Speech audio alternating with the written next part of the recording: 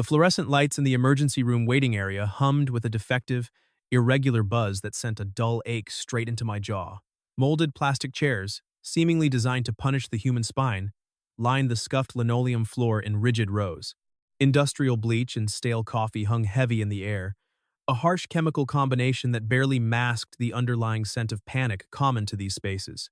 A fine layer of pale sawdust coated the knee of my canvas work pants, a stark contrast to the sterile environment.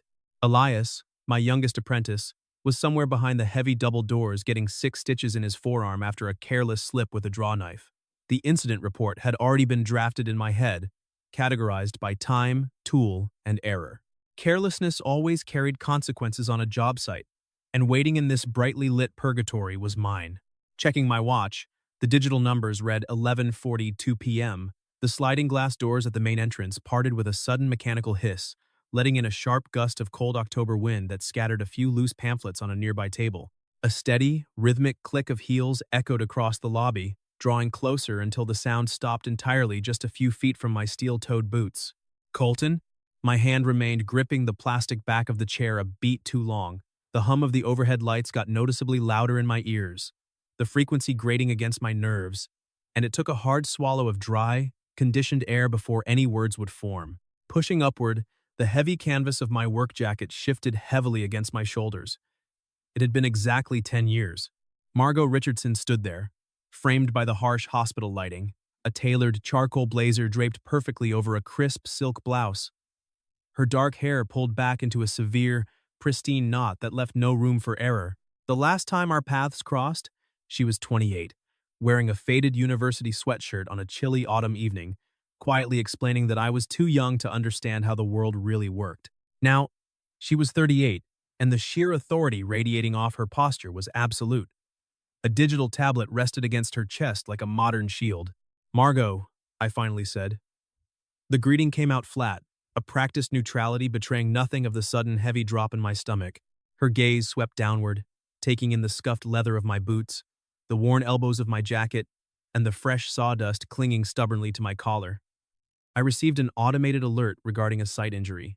I didn't realize you were the subcontractor they brought in for the pavilion." "Elias is fine. It's a superficial cut," I stated, keeping my tone measured. My eyes caught the laminated ID badge clipped securely to her lapel. The bold black lettering read, "Margot Richardson, Chief Executive Officer." Silence stretched between us. Staring past her shoulder at the reflection in the glass doors, the math ran through my head until my throat went completely dry. The ambitious girl who used to read paperback novels on the dented hood of my truck was now running the entire metropolitan hospital network. "CEO," I noted aloud, the word feeling strange on my tongue. "That explains the suit." She didn't offer a polite smile. The faint, exhausted lines around her eyes only tightened.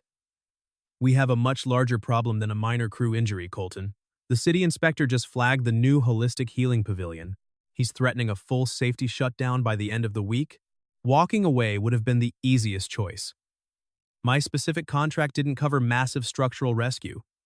My crew was only hired to finish the complex decorative timber trim once the framing was complete.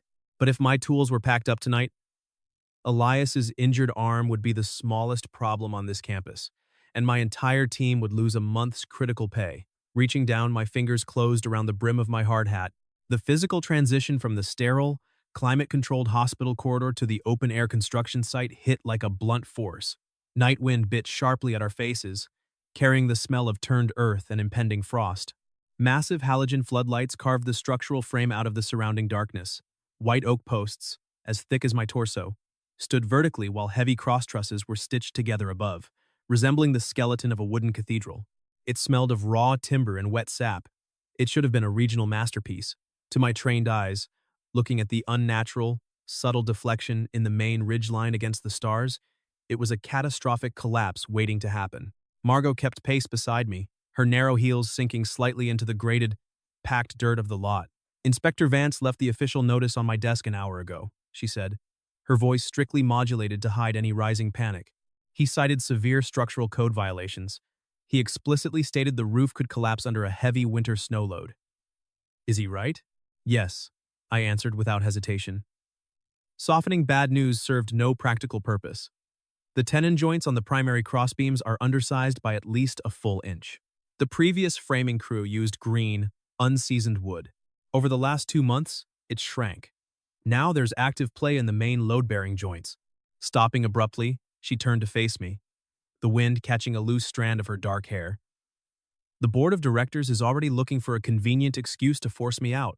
This timber pavilion was my personal initiative, a push for better healing environments. If Vance shuts it down, the board will cancel the project entirely, fire me, and replace the design with a standard, cheap steel box. Steel was easy. Steel was predictable and entirely soulless. True timber framing required mathematical precision, immense patience, and a deep, abiding respect for the material. The contractors who stood here before me had brought none of those things to the table. "What exactly do you want me to do about it?" I asked, watching the floodlights catch the tension in her jaw. "Fix it," Margot said, her voice dropping a fraction of an octave. "Without tearing the frame down, without delaying the grand opening in 6 weeks, the interior finishing teams are already scheduled and paid. I just need the structural bones secure. That requires heavy, temporary shoring, custom-milled replacement pegs, and recutting the mortises while the timber is suspended in place," I explained, mentally calculating the massive labor hours and equipment rental costs. "It means my crew working 24-hour rotating shifts. It means doing it exactly my way, without a single bureaucratic interruption." "You'll have full autonomy," she countered immediately. "And I don't answer to your board of directors. I answer only to the physics of the building." Margot held my gaze under the harsh construction lights. 10 years ago, the decade-wide age gap between us had felt like an uncrossable canyon. She had been stepping boldly into her corporate career, while I was an 18-year-old kid armed with a toolbox and far too many loud opinions. Now, standing on this freezing dirt, the only thing that mattered was whether my 2 hands could keep her ambitious roof from falling in. "Just keep the building standing, Colten," she said, the polished corporate edge softening into something far more weary and real. Pulling a heavy, high-lumen flashlight from my leather tool belt, a bright beam cut through the dark, aiming directly at the nearest failing joint. The work started now. The brutal reality of the failed geometry set in the very next morning. Standing on the grated metal platform of a scissor lift 30 feet in the air, a laser measure sat steady in my palm. The tiny red dot hit the far wall, calculating the exact, undeniable degree of sag in the ridge beam. The numbers on the digital display were worse than my initial nighttime estimate. Down below, the dirt lot buzzed with organized, mechanical chaos. My crew hauled in heavy hydraulic steel jacks, positioning them carefully to shore up the failing sections. Margot walked out onto the poured concrete slab, moving with practiced confidence. Following closely behind her was a man in a crisp municipal uniform carrying an aluminum clipboard. Inspector Vance had arrived. The lift descended with a loud hydraulic whine, bringing me back to solid ground. "Mr. Ross," Vance announced as my boots hit the concrete. He carried the distinct, smug posture of a man who genuinely enjoyed finding other people's expensive mistakes. "I see you're attempting to salvage this mess. I've already informed Miss Richardson that unless the entire truss system is disassembled and fully re-engineered from the ground up, I am pulling the building permit on Friday morning." Margot stood rigid, her hands clasped tightly in front of her. "Inspector, we brought in a master timber framer to reinforce the existing structure. Reinforcement isn't going to magically fix fundamental geometry errors," Vance interrupted, dismissing the hospital CEO completely. He turned his attention back to me, eyes narrowed. "You can't patch a bad mortise with good intentions." Silence stretched for a few seconds. Raising my voice was unnecessary. Arguing with an inspector was always a losing game. Slipping the laser measure smoothly into my pocket, the distance to the nearest vertical post closed in 3 long strides. "The fundamental error isn't in the geometry. It's in the shrinkage of the pegs," I stated clearly. Tapping the massive white oak beam with my bare knuckles produced a solid, heavy thud. The previous crew used kiln-dried pegs in completely green oak. As the oak dried over the last month, the holes expanded. The joints slipped under their own dead weight. Vance frowned, clearly annoyed by the technical correction, which severely compromises the load path, which is exactly why we aren't patching it. We are re-drilling the connecting points at a strict 1-inch offset and driving in oversized, straight-grained locust wood pegs. It's an aggressive draw-boring technique. The tension will pull these joints tighter than they were originally designed to be. Picking up a piece of custom-milled locust wood from my rolling cart, the heavy, dense grain felt perfect against my palm. Handing it to the inspector forced him to feel the physical evidence. This repair method meets Municipal Code Section 4.2 for traditional heavy timber joinery, I added, locking my eyes onto his. I will have the structural engineer stamp the updated remediation drawings by 3 o'clock this afternoon. Bring your digital calipers on Friday if you don't believe the math. Vance inspected the dense wood, his jaw tight with irritation. He clearly hated being backed into a corner by unarguable facts. Shoving the wood back into my hand, he pointed his pen directly at my chest. Friday. I want to see the first 3 bays completely secured by Friday morning, or the yellow tape goes up and the gates get locked. Turning sharply, he walked back toward his municipal truck. Margot exhaled a long breath, the rigid tension visibly draining from her shoulders. She stepped closer to the workbench. You just bought us exactly 3 days. I bought us the precise amount of time my crew needs to fix the first section. I corrected her, organizing my chisels into their leather roll. Nothing more. Facts are facts.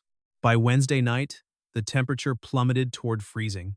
The expansive site was entirely quiet except for the low, steady hum of the portable diesel generator and the sharp, rhythmic sound of my wooden mallet. Striking a heavy framing chisel, working late was the only option. Hand-cutting the offset mortises was slow, grueling labor. The cold wood was incredibly stubborn, refusing to yield easily to the steel edge. Footsteps crunched softly on the gravel path behind me. Margot walked under the shadows of the pavilion. She carried a sturdy cardboard tray holding 2 large cups of coffee, looking completely out of place among the scattered sawdust, extension cords, and heavy machinery in her tailored trench coat and expensive leather boots. You're still out here, she noted, her breath visible in the frigid air. The wood doesn't care what time the clock says, placing the heavy mallet down on the scarred surface of the workbench. Before reaching for the coffee, my eyes caught the way she shivered, the biting wind cutting straight through the open framing of the building. Wiping the sawdust and grease from my hands onto a shop rag, the distance between us closed. Without a word, my hands reached out, gently grasping the wide lapels of her trench coat. Pulling the heavy wool collar up around her neck, blocked the freezing draft. My knuckles briefly brushed against the soft fabric of her sleeve, brushing away a light dusting of sawdust that had settled there. It was a small, quiet adjustment, but the sudden proximity made the chaotic construction site feel entirely still. Stepping back into my own space, I finally took the coffee cup. She didn't just bring caffeine. Setting the tray down, she slid a folded, freshly printed copy of the board's confidential agenda across the wooden bench toward me. It was a massive breach of corporate protocol, a concrete offering of deep trust handed over in absolute silence. The board met this afternoon, she said, her voice kept low. They want to come down here and see the progress. They still don't trust the timber framing. They think it's an unnecessary financial risk I took purely for aesthetics. Sterling officially suggested shifting me to an advisory role by next week if this inspection fails. Taking a long sip of the dark roast, the bitter heat grounded me. Her fingers, resting lightly on the edge of the printed paper, trembled slightly. It wasn't just the cold wind anymore. It was the sheer crushing weight of holding an entire career together, while a room full of powerful people waited eagerly for her to fail. Offering a hollow motivational speech wasn't in my nature. Telling her everything would magically be fine was a lie she would see right through. Instead, sliding the hot cup of coffee across the bench, the cardboard sleeve pressed directly against her shaking fingers. Drink, I instructed quietly. She blinked, slightly surprised by the blunt command, but wrapped both hands gratefully around the cup. The transferring heat steadily calmed the tremor in her hands. I have the entire south wall secured, pointing up to the massive horizontal beams directly above our heads. Tomorrow morning, we raise the hydraulic jacks. The sag will be completely gone. The board can look all they want. The building won't fall. Taking a slow sip of the coffee, her dark eyes scanned the heavy wood overhead. You always were entirely too certain of everything. Colten, I'm certain of what my tools can measure, I replied, leaning against the bench. We stood together in comfortable silence for a long time, the rich scent of fresh-cut oak and dark roast coffee mixing cleanly in the freezing night air. Thursday brought a new, immediate threat that no agenda could predict. Preparations were underway to drive the massive new pegs into the main central truss when a sudden, violent shift in the wind caused one of the temporary steel shoring posts to rattle loudly against the concrete. Crouching on the ground, the blueprints were spread wide across a plywood sheet. Elias was 30 feet up on the lift, lining up the heavy wooden peg with a long-handled sledgehammer. Hold, calling out sharply. The metallic sound of the rattle was completely wrong. That specific vibration meant the massive structural load was shifting unevenly. If the steel post slipped under the crushing tonnage of the roof, the entire truss would swing down instantly, destroying everything beneath it. Margot stood near the main entrance, reviewing electronic documents on her tablet, unaware of the shifting physics above her. Elias, bring the lift down. Right now, the command cutting cleanly through the ambient site noise. He didn't hesitate or argue. The lift descended rapidly, the motor whining. Walking swiftly over to the base of the shoring post, the problem became terrifyingly clear. The poured concrete footing beneath the steel plate had developed a hairline crack, invisible unless you were actively looking for structural failure. The immense, concentrated weight was slowly crushing the corner of the slab into powder. Everybody clear the drop zone. My voice remained absolutely calm, but the urgency sent the crew scattering backward. Grabbing a heavy 6x6 block of solid oak from the scrap pile and a 10-pound sledgehammer, panic was not an option. Moving with absolute, measured purpose, the oak block was positioned flush next to the failing steel post. Wedging it precisely beneath the primary overhead beam, the sledgehammer swung backward. The heavy thud of forged steel on solid wood echoed like a gunshot across the lot.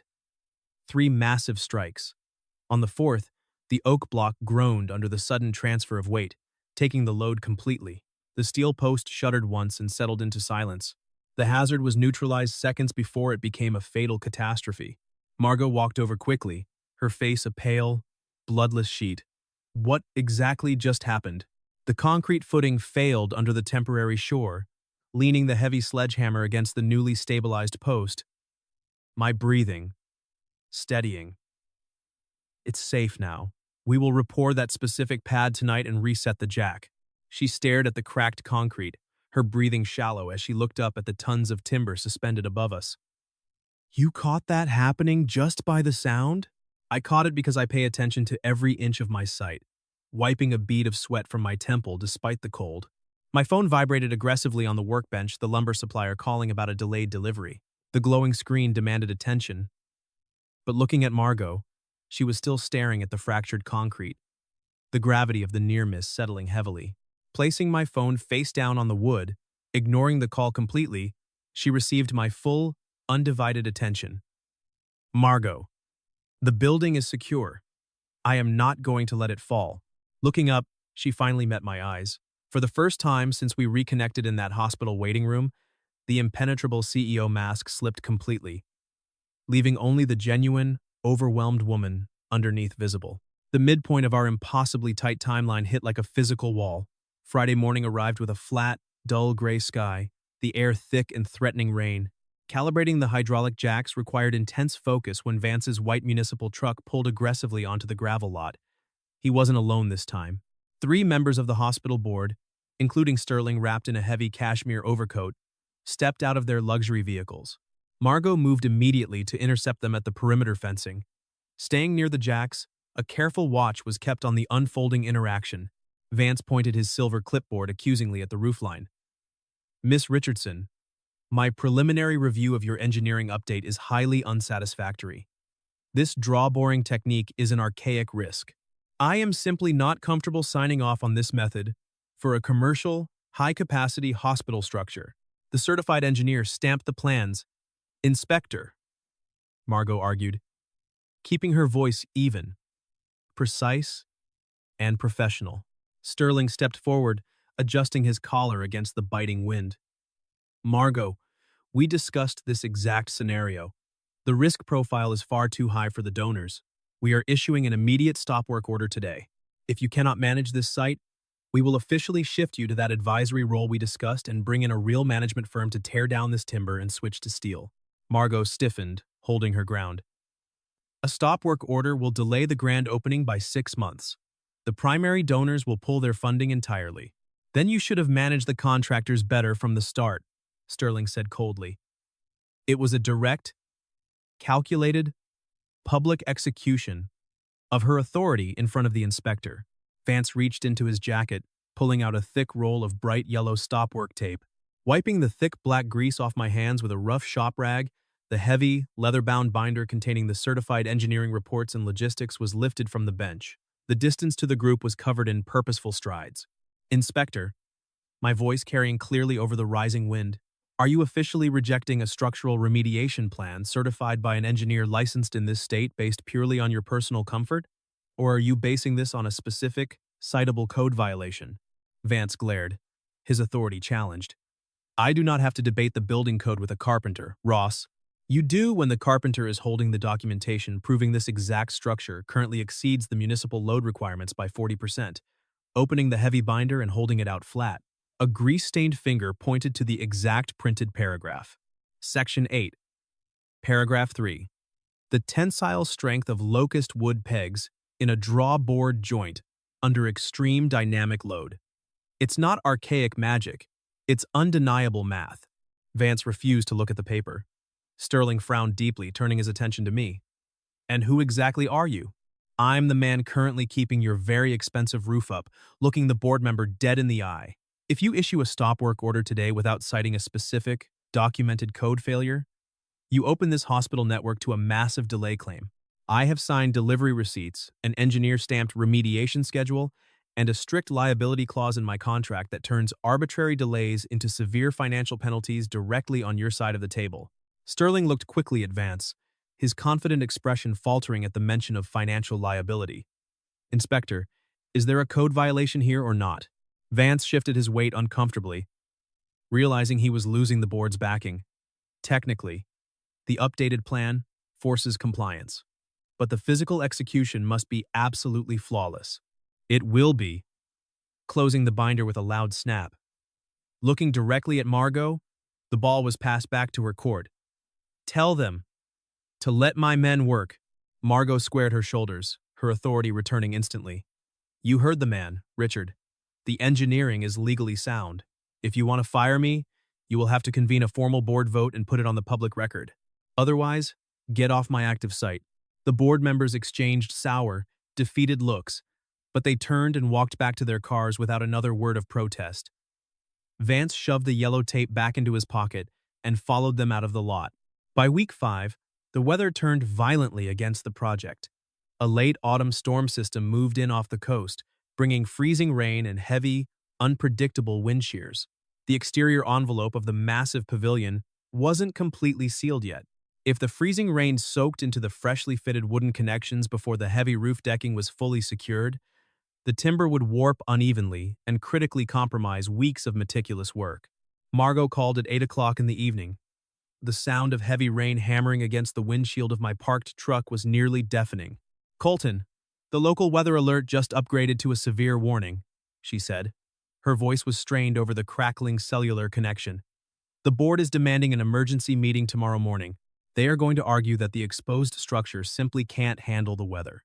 I'm already at the site, watching the rain lash against the floodlights. I'm heading up to secure the heavy tarps over the main ridgeline. You absolutely cannot be up there in this wind. It's not safe. It's safe because I know exactly how to rig a safety harness, gripping the steering wheel. I'm not letting a winter storm ruin my joints. I will call you when the perimeter is secure. Hanging up before she could offer another protest, the truck door swung open into the gale. The rain had turned to pure, stinging sleet by the time the scaffolding was scaled. The wind bit ruthlessly through the layers of my jacket.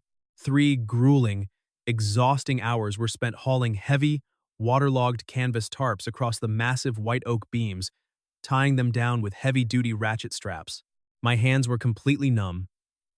The skin scraped raw and bleeding against the rough wood, but the straps were pulled until the tension was absolute. The water was successfully diverted. The frame was safe. Climbing down the metal ladders at midnight, my heavy truck was the only vehicle left in the muddy dirt lot.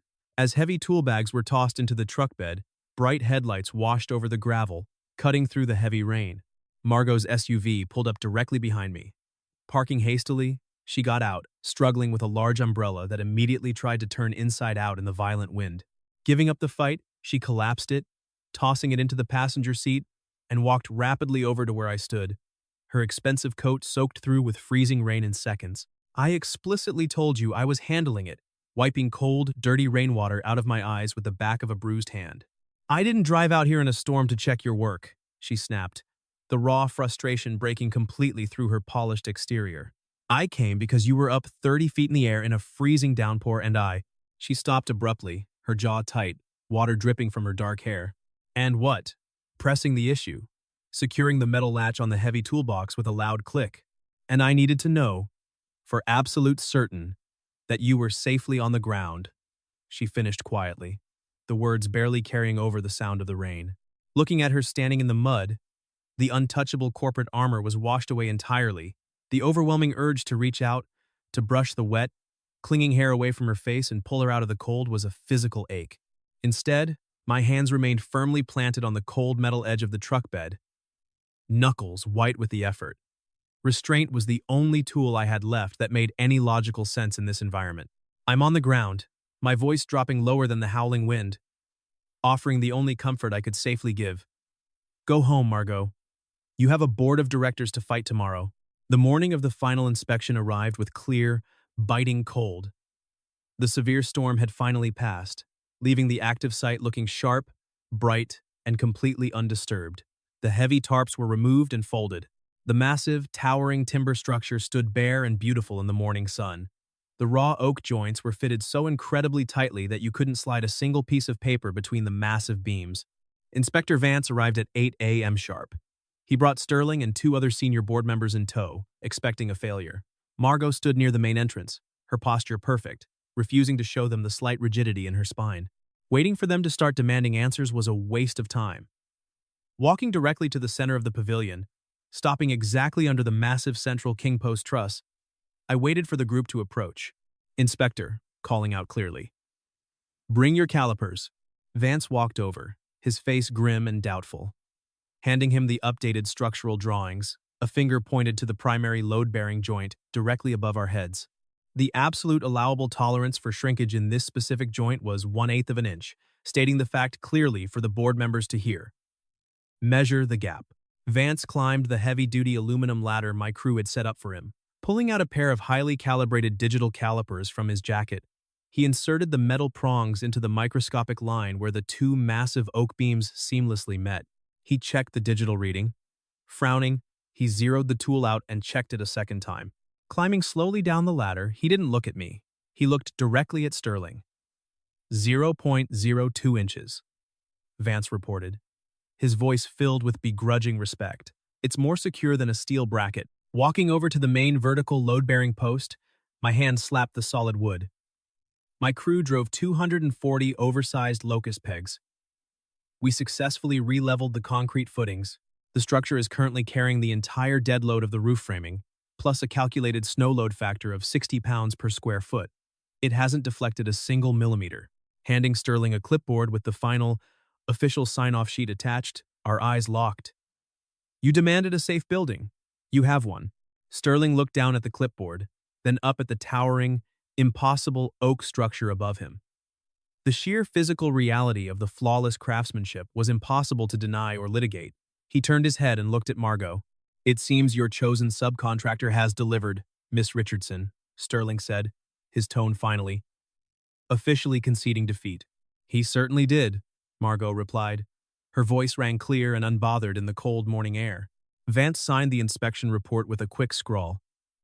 Ripping the top yellow copy off the pad, he handed it directly to Margot. You're officially cleared for interior finishing. Total code compliance achieved. The group turned and left the site. The pavilion went entirely, beautifully still. Tossing the calipers back into the metal toolbox produced a loud, echoing clatter. Margot let out a long, shaky breath that ruffled the collar of her coat. I really didn't think he was actually going to sign it, she admitted, staring down at the yellow paper in her hands as if it were a mirage. Pulling a lukewarm bottle of water from the insulated cooler, it was handed to her. Facts are facts. A quiet reminder of the rule we operated by. Taking a drink, a small, genuinely radiant smile finally broke through the weeks of accumulated exhaustion. I will absolutely remind you of that. Tracing the straight edge of the signed paper with her thumb, she looked at the beautiful wood, then back at me. At the board meeting yesterday afternoon, they officially offered me the advisory role again. They promised that if I simply stepped down gracefully, they would let the pavilion project proceed without any further friction or audits. The organizing of the heavy wrenches stopped completely. What did you say to them? I told them no. Her chin lifting as if she'd locked it securely in place, ready for war. I told them I initiated this project. I managed the crisis, and I am the CEO of this network. I set a firm boundary. I absolutely refuse to shrink myself down just to make them comfortable in their boardrooms. The ambient temperature of the room didn't get warmer, but something deep in my chest finally did steady, structural, like a critical joint pulling perfectly tight under pressure. She had drawn a massive line in the sand, actively choosing the hard, honest fight over the incredibly easy exit they had offered. Good. The only word that needed to be said. 2 weeks later, the highly anticipated grand opening of the Holistic Healing Pavilion arrived. The vast space had transformed completely from a dirt lot into a sanctuary. Floor-to-ceiling glass walls let in the golden afternoon light, perfectly illuminating the massive oak timber framing my crew had painstakingly built. A catering waiter brushed past me carrying a silver tray of warm artisan bread and spiced citrus punch. For the first time in 6 exhausting weeks, the room didn't smell like structural risk, freezing rain, or corporate anxiety. It just smelled like rich cedar polish and undeniable success. The floor was crowded with wealthy donors, top-tier doctors, and local press photographers. Standing quietly in the back corner, wearing a clean, ironed button-down shirt instead of my usual canvas work clothes, I watched the prestigious event unfold from the shadows. Margot stepped gracefully up to the wooden podium. Wearing a striking, deep blue dress, she looked every inch the powerful, unshakable executive she truly was. The murmuring crowd quieted instantly as she tapped the microphone. She spoke eloquently about the future vision of the hospital, about the philosophy of natural healing, and about the importance of creating a physical space that felt permanently grounded. Then, she paused, looking up from her prepared notes. Her dark eyes scanned the crowded room and found me standing near the back wall. A massive project like this requires significantly more than just vision. It requires unyielding integrity, Margot said into the microphone, her voice remaining perfectly steady and clear. When this beautiful pavilion faced a critical, near-fatal structural failure, we didn't hide it from the public. We didn't tear it down for a cheaper, faster alternative. We brought in a master timber framer who fundamentally understood that you simply do not compromise the foundation just to save time. The crowded room grew incredibly silent, all attention locked on her words. "Colten Ross," she said, naming me publicly for everyone in the room to hear. "He built the very bones of this space. He categorically refused to accept anything less than the absolute truth of the materials he worked with. And in doing so, he reminded me exactly what it means to stand firm under immense pressure." Stepping away from the podium, the crowd erupted into loud, sustained applause. The wealthy donors immediately began to mingle again, and the press moved in to take rapid photographs. Staying anchored by the wall, I simply watched her skillfully navigate the complex room. "Boss, you're actually smiling." "That's entirely new," Elias muttered, walking past me with a thick stack of printed event programs. Ignoring his teasing completely, my eyes remained fixed on the front of the room.